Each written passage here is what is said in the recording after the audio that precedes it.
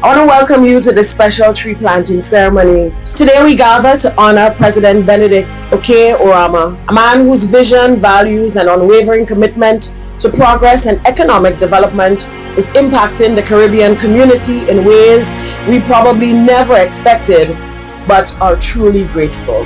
Professor, this is a short but significant tribute to your vision, your leadership, and your legacy. I am very grateful to the Honorable Prime Minister, his government, and the people of Grenada, and indeed the CARICOM people for this honor. A person who plants a tree must tend the tree. And today, as I join the Honorable Prime Minister in planting this tree, I am reminded that I have now found a very deep anchor in Grenada and the CARICOM. Africa gave the world life, and we hope that the successive efforts based on the foundations we've laid once again be great, be respected, and have their dignities restored. Thank you very much.